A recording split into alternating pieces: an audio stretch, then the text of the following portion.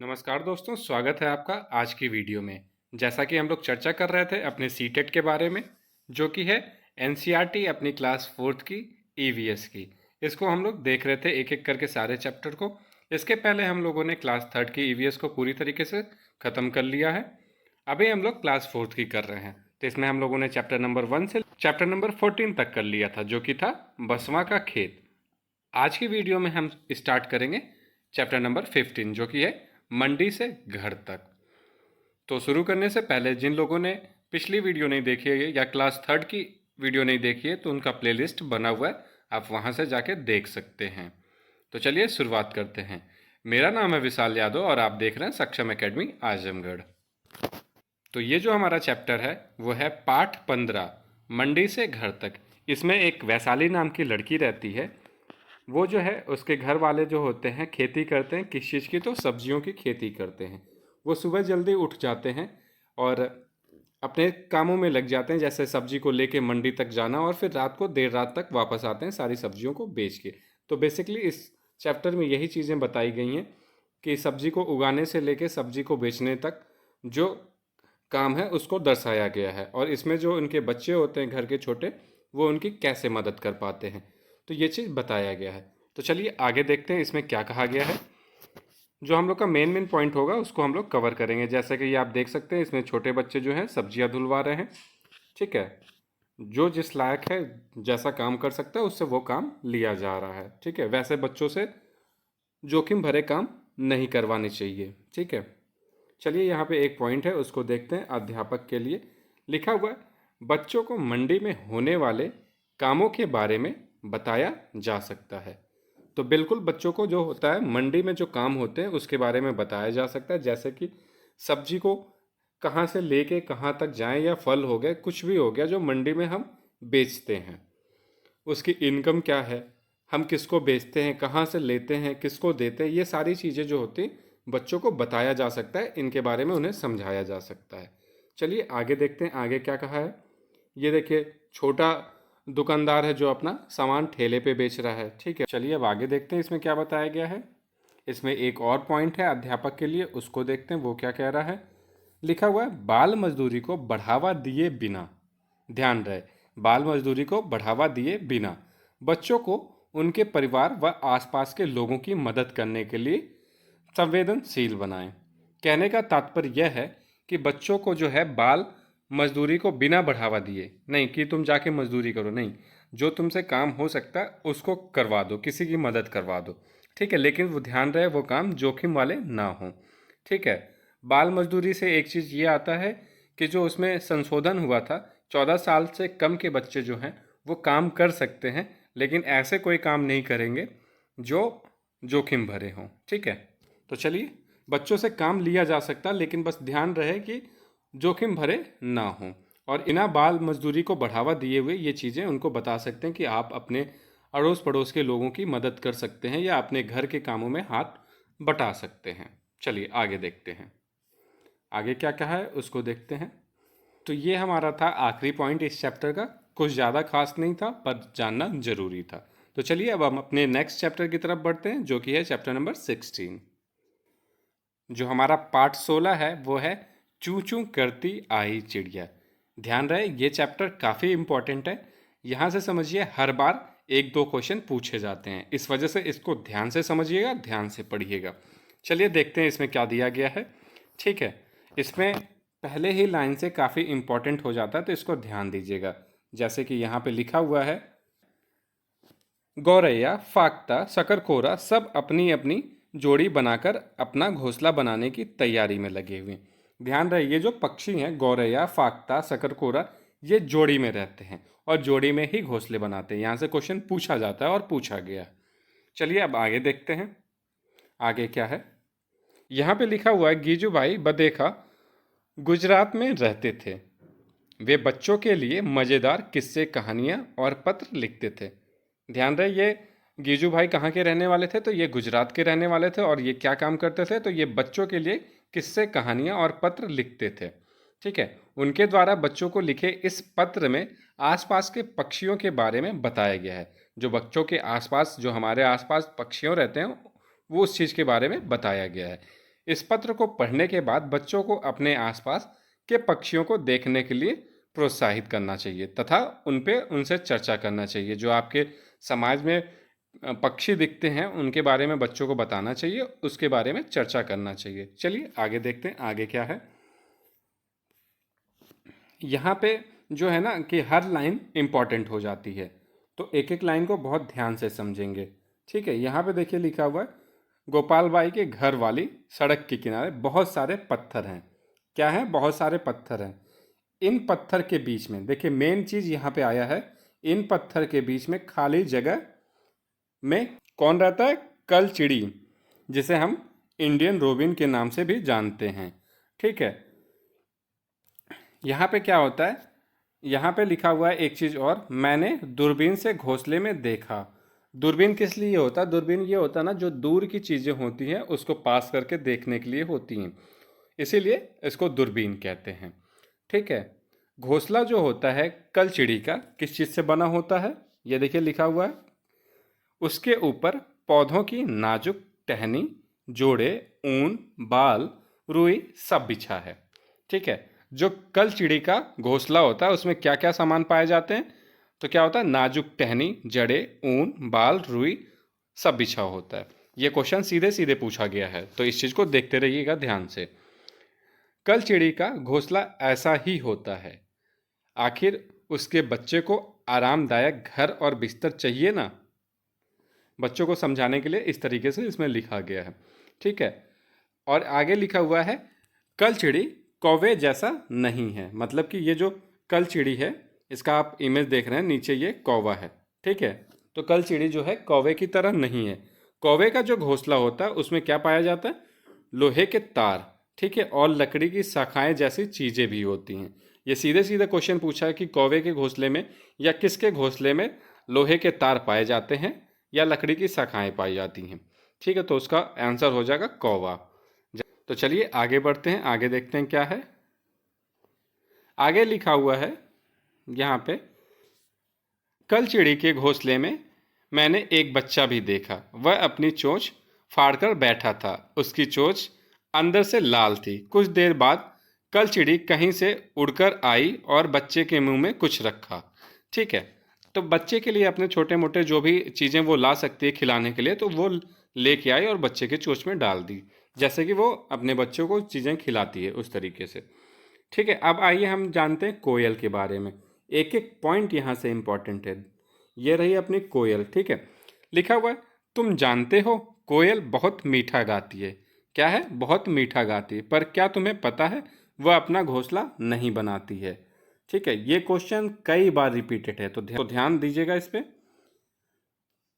पूछा गया है कौन सी चिड़िया ऐसी है जो अपना घोंसला नहीं बनाती है और किसके घोंसले में वो अंडा देती है, तो वो हो गया कोयल। जैसा कि यहाँ पे लिखा हुआ है कि वह अपना घोंसला बनाती नहीं है या नहीं बनाती है, वह कौवे के घोंसले में अंडा देती है। कौवा जो होता है ना, वो समझता है कि ये मेरा ही अंडा है। ठीक, इस वजह से उसको भी वो पालती रहती, पोसती रहती है। ठीक, कौवा अपने अंडों के साथ कोयल के अंडे को भी सेता है, मतलब पालता है, पोसता है, क्योंकि दोनों के अंडे में ज़्यादा डिफरेंस नहीं होता, इस वजह से वो समझ नहीं पाते। ठीक, इस वजह से जो है कोयल जो है अपना घोंसला नहीं बनाती, वो कौवे के घोंसले में अंडा देती है। ये क्वेश्चन लगभग हर बार रिपीट होता है, तो इस चीज़ को ध्यान रखिएगा। चलिए अब आगे देखते हैं, आगे किसके बारे में कहा गया है। ये देखिए, बसंत गौरी। देखते हैं अब इसमें क्या दिया गया। नज़दीक में एक छोटा सा पेड़ है, उसकी एक डाल से घोंसला लटका हुआ है। पक्षियों में भी कितना अंतर है। कौवा पेड़ की सबसे ऊंची डाली पे घोंसला बनाता है। जो एक पॉइंट ये भी है कौवे के बारे में कि जो कौवा होता है वो पेड़ की सबसे ऊंची डाली पे घोंसला बनाता है। ठीक है, ये भी क्वेश्चन पूछा गया है। अब इसमें आगे लिखा हुआ है कि जबकि फाख्ता कैक्टस के कांटों के बीच या मेहंदी के मेड़ में, फाख्ता जो होता है वो कैक्टस का जो पेड़ होता है, जो कांटों का पेड़ होता है, उसके बीच में अपना, या मेहंदी का जो पेड़ होता है उसके बीच में अपना घोंसला बनाता है। तो ये भी क्वेश्चन पूछा गया है। और रही बात गौरैया, आमतौर में तो गौरैया जो होती है इंसानों के घर में अपना घोंसला बनाती है। यहाँ पे देखिए लिखा हुआ आमतौर में घर में या आसपास दिखाई देती है। वह कहीं भी घोंसला बना लेती है, जैसे कि अलमारी के ऊपर, आईने के पीछे। ठीक है, चलिए अब आगे देखते हैं आगे किसके बारे में बात की गई है। इसमें लिखा हुआ है कि घर के दीवारें के आले में भी। ठीक है, कबूतर भी ऐसा ही है, अपना घोंसला बनाता है। कई बार पूछता है कि इंसानों के घर में कौन से पक्षी या जानवर रहते हैं अपनी मर्जी से। तो आप जैसा कि अभी देख ही रहे हैं, इसमें कबूतर भी है, ऐसे ही अपना घोंसला बनाता है पुराने मकानों या खंडहरों में। बसंत गौरी जो गर्मियों में टुक टुक करते रहते हैं, पेड़ के तने में गहरा छेद बनाकर उसमें अंडा रखते हैं। जो अपना बसंत गौरी है वो क्या करता है, वो पेड़ के तने में छेद करता है अपने चोंच से। जब छेद करके उसमें जगह बना लेता है तो उसमें अपना घोंसला बनाता है, तो वो अपने अंडे उसमें देने का काम करता है। चलिए अब आगे देखते हैं। आगे बताया गया है दर्जन चिड़िया का। दर्जन चिड़िया क्या होता है, जिसे हम लोग दर्जी चिड़िया भी कहते हैं। ठीक, ये रहा इमेज दर्जी चिड़िया का, ये उसका घोंसला रहा। तो ये इसका क्या काम है, ये पत्तों को अपने चोंच से ऐसे सिलता है कि जैसा लगता है कि कोई सिलाई किया गया, इसीलिए इसका नाम दर्जन चिड़िया पड़ा हुआ है। दर्जन चिड़िया का तो जैसा नाम है वैसा काम है। वह अपनी नुकीली चोंच से पत्तों को सी लेती है। क्या करती है दर्जन चिड़िया, तो पत्तों को अपनी चोंच से सी लेती है और उसके बीच में बनी थैली को अंडे देने के लिए तैयार करती है। जब सी लेती है तो एक थैला जैसा तैयार हो जाता है, तो उस थैले में अंडे देने का काम करती है और ये उसका घोंसला है, जैसा कि आप वीडियो में देख सकते हैं। चलिए अब आगे देखते हैं आगे क्या है। खोरा, शक्कर खोरा के बारे में बात कर लेते हैं। शक्कर खोरा किसी छोटे पेड़ या झाड़ी की डाली पे अपना लटकता घोंसला बनाते हैं। यह भी क्वेश्चन पूछा गया कि कौन सा पक्षी जो है अपने घोंसले को पेड़ से लटकते हुए बनाता है या बनाती है, तो वो हुआ शक्कर खोरा। क्या तुम जानते हो कि यह घोंसला किन चीज़ों से बना होता है? तो इसमें देखिए क्या लिखा है, घोंसले में बाल, बारीक घास, पतली टहनियाँ, सूखे पत्ते, रुई, पेड़ की छाल के टुकड़े और कपड़ों के चिथड़े होते हैं। यहाँ तक मकड़ी के जाले भी होते हैं। जो शक्कर खोरा का घोंसला उसमें ये चीज़ों से वो अपना घोंसला बनाती है। ध्यान रहे ये चीज़ें कई बार पूछी गई हैं। चलिए अब आगे देखते हैं क्या दिया गया। मैंने दूरबीन से देखा, उस घोंसले में एक बच्चा भी था। घोंसले की एक तरफ छोटा सा छेद था, वही बच्चा बैठा था अपनी माँ और खाने के इंतजार में। उसको और काम भी क्या था खाने के और सोने के सिवा। ठीक, ये देखिए दिखाया गया वीवर पक्षी। ठीक, यहाँ पे है ये इमेज जो है वो वीवर पक्षी और उसके घोंसले की है। चलिए अब यहाँ पे देखते हैं वीवर पक्षी के बारे में क्या दिया गया है। क्या तुम वीवर पक्षी के बारे में यह बात जानते हो? सभी नर वीवर पक्षी अपने अपने घोंसले बनाते हैं। ठीक है, वीवर पक्षी का क्या काम होता है, जो उसमें नर होते हैं वो घोंसले बनाते हैं और मादा जो होती है उसको उन कई घोंसले बनाता है। जो नर पक्षी होता है कई घोंसले बनाता है और जो मादा पक्षी होती है सारे घोंसलों में से एक घोंसला पसंद करती है और उसमें अंडे देने के काम करती है। ठीक है, चलिए ये भी क्वेश्चन पूछा गया तो इस चीज़ को भी ध्यान रहे। कौन सा ऐसा पक्षी है जिसमें नर जो है घोंसला बनाती है और मादा उसमें अंडा देने का काम करती है? तो अपना वीवर पक्षी हुआ। चलिए आगे देखते हैं आगे क्या है।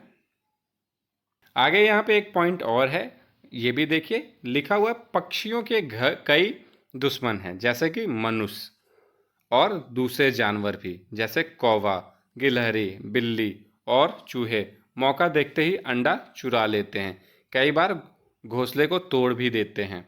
ठीक है, इन सब से बचाकर रहना, खाना खोजना, घोंसला बनाना, अंडा सेना और बच्चों को पालकर बड़ा करना, यह हर एक पक्षी की परीक्षा होती है। ठीक है, चलिए अब आगे देखते हैं आगे क्या है। मेन अपने इम्पॉर्टेंट पॉइंट को देखेंगे। यहाँ पे देखिए एक पॉइंट लिखा हुआ एक पक्षी ऐसा जिसकी दुम पर पैसा, सिर से दुम तक दिखे नीला ही नीला। तो नीला नीला कौन सा दिखता है? अगर ध्यान नहीं आ रहा तो यहाँ पे लिखा हुआ संकेत हमारा राष्ट्रीय पक्षी। तो हमारा राष्ट्रीय पक्षी क्या है? मोर। तो मोर कैसा होता है? तो नीला होता है। दुम से लेके सर तक उसका जो होता है नीला नीला तक होता है, ठीक है। और पैसे की बात क्यों किया गया है, उसके दुम पर पैसा, तो गोल गोल डिजाइन होता है तो उसको पैसा बोल दिया गया है। तो ध्यान रहे, ऐसे भी क्वेश्चन पूछे जा सकते हैं। चलिए अब आगे देखते हैं। यहाँ पे देखिए एक और इम्पोर्टेंट पॉइंट है, उसको समझते हैं। लिखा हुआ है, अपने घर में या आसपास किसी पक्षी का घोंसला ध्यान से देखो। ध्यान रहे, घोंसले के बहुत पास नहीं जाना है, इस बात का आपको ध्यान रहे। और उसे छूना तो बिल्कुल नहीं है, गलती से भी छू लिया तो फिर पक्षी घोंसले में दोबारा नहीं आएंगे। तो इस चीज़ को ध्यान रहे कि अपने अगल बगल अगर देखो कोई घोंसला है तो उसको ध्यान से देखो, लेकिन उसके पास बिल्कुल नहीं जाना है। और गलती से छूना तो है ही नहीं, अगर आप छू लेते हो तो जो पक्षी होता है उस घोंसले में दोबारा नहीं आएगा, ठीक है। चलिए अब आगे देखते हैं, आगे क्या है। मेन मेन इंपॉर्टेंट पॉइंट को देखते हैं, ठीक है। एक चीज़ यहाँ पे और इम्पॉर्टेंट पॉइंट है, उसको समझते हैं। जैसा कि यहाँ पे लिखा हुआ, पक्षी केवल अंडे देने के लिए घोंसले बनाते हैं। इंसान क्या करता है, वो अपने घरों में ज़िंदगी भर रहता है, ठीक है। फिर उसके बच्चे रहते हैं, बच्चों के बच्चे रहते हैं, लेकिन पक्षी के साथ ऐसा नहीं है। पक्षी सिर्फ अंडे देने के लिए घोंसले बनाते हैं, उसको पालता पोसता है। जब थोड़े से बड़े हो जाते हैं तो पक्षी उड़ जाते हैं, ठीक है। वो अपना घर छोड़ देते हैं, मतलब अपना घोंसला छोड़ देते हैं, ठीक है। वो हमेशा के लिए घोंसला नहीं बनाते हैं। चलिए अब आगे देखते हैं। जैसा कि आप वीडियो में देख रहे हैं, यहाँ पे पक्षियों के पंजे जैसा काम वैसे पंजे, मतलब पक्षियों के जैसे काम वैसे उनके पंजे होते हैं, वो दिखाया गया है। तो पहला जो पंजा है वो देखिए क्या है, पानी में तैरने के लिए। ये बीच में देखिए पॉलीथीन टाइप की या झिल्ली टाइप की कुछ चीज़ें हैं जिसकी मदद से पक्षी जो होते हैं पानी में तैर लेते हैं। टहनियों को पकड़ने के लिए कैसे पंजे होते हैं, ये देखो, चौड़े चौड़े नुकीले नुकीले। शिकार को पकड़ने के लिए देखो कैसे हैं पंजे। फिर पेड़ पर चढ़ने के लिए ऐसे हैं, ज़मीन पे चलने के लिए इस तरीके से दिखाया गया है। कुछ पक्षी जो होते हैं ज़मीन पे जो चलते हैं उनके ऐसे होते हैं, और जो पेड़ पे चढ़ते हैं उनके ऐसे होते हैं। चलिए अब आगे देखते हैं, आगे क्या पॉइंट है। अब दिखाया पक्षियों की चोंच जैसे खाना वैसी चोंच, मतलब जैसे इनका खाना है वैसी इनकी चोंच है। अब ये देख लीजिए आप, थोड़ा सा मैं इसको छोटा करूं ताकि पूरा आ जाए। यहाँ पे देखिए लिखा हुआ, मांस चीरने फाड़ने के लिए इनकी चोंच इस प्रकार की है, ठीक है। लकड़ी में छेद करने के लिए ये रहा, ठीक। फूलों को रस चूसने के लिए ऐसा है, ठीक है। कीचड़ में छानबीन करके कीड़े खोद कर निकालने के लिए ये रही लंबी सी चोंच। फिर इसमें दिया हुआ है बीजों को दबाकर तोड़ने के लिए ऐसे चोंच हैं। फिर काटने के लिए ऐसे चोंच हैं। तो ये सारी चीज़ें दिखाई गई हैं। चलिए अब बात कर लेते हैं जानवरों के दांत के बारे में, जैसे कि यहाँ पे दिया गया है जानवरों के दांत। तुमने देखा होगा जानवरों के दांत अलग अलग तरह के होते हैं। जैसे गाय के आगे के दांत छोटे होते हैं पत्तों को काटने के लिए। जो गाय के दांत होते हैं आगे के वो छोटे होते हैं, क्यों होते हैं, तो पत्तों को काटने के लिए, घास चबाने के लिए। पीछे के दांत चपटे होते हैं और बड़े होते हैं, ठीक है। बिल्ली के दांत नुकीले होते हैं जो मांस फाड़ने और काटने के काम आते हैं, ठीक है। ये जैसा आप देखिए इमेज में दिखाया गया है। अब आगे देखते हैं। सांप के दांत होते हैं तो नुकीले हैं, पर वह अपना शिकार को चबाकर नहीं खाते हैं बल्कि पूरा निगल जाते हैं। सांप से भी क्वेश्चन आते हैं। सांप के दो दांत होते हैं, वो अंदर से खोखले होते हैं, ठीक है। अब चलिए आगे देखते हैं, इसमें क्या बताया गया है। आगे गिलहरी का दिया गया, गिलहरी के दांत हमेशा बढ़ते रहते हैं। ये क्वेश्चन कई बार रिपीटेड है, तो इस चीज़ को भी ध्यान रखिएगा। सांप से क्वेश्चन पूछता है कि इनके दांतों को क्या बोला जाता है, या इनके कितने दांत होते हैं, तो इनके दो दांत होते हैं जो अंदर से खोखले होते हैं, ठीक है। गिलहरी के बारे में दिया गया, गिलहरी के दांत हमेशा बढ़ते रहते हैं, दांतों से काटने और कुतरने के कारण इनके दांत घिसते रहते हैं, इसलिए ये जो है हमेशा कुतरते रहते हैं, ठीक है, गिलहरी। चलिए अब आगे देखते हैं क्या है। सांप के बारे में एक चीज़ और है, ये जो है इसमें जैसा कि लिखा गया वो अपने शिकार को चबाकर नहीं खाते बल्कि पूरा निगल जाते हैं। इनके दांत नुकीले तो होते हैं लेकिन ये उनको चबाकर नहीं खाते हैं या फाड़ के नहीं खाते हैं, ये उनको पूरा का पूरा निगल जाते हैं। और जो दांत होते हैं इनके, उसमें जहर होता है। अगर इनके जहर को निकाल दिया जाए या इनके दांत को निकाल दिया जाए तो ये अगर अपने शिकार को निगल भी जाते हैं ना तो उसको पचा नहीं पाते हैं, ठीक है। इनके जहर की वजह से वो अपने शिकार को पचाते हैं। तो चलिए आगे देखते हैं। आगे वैसे इस चैप्टर में कुछ नहीं है, ये अपना चैप्टर यहीं पे ख़त्म होता है। तो अगर ये वीडियो आपको अच्छी लगी हो तो लाइक करें, शेयर करें, कमेंट करें और चैनल को सब्सक्राइब करना ना भूलें। Thank you.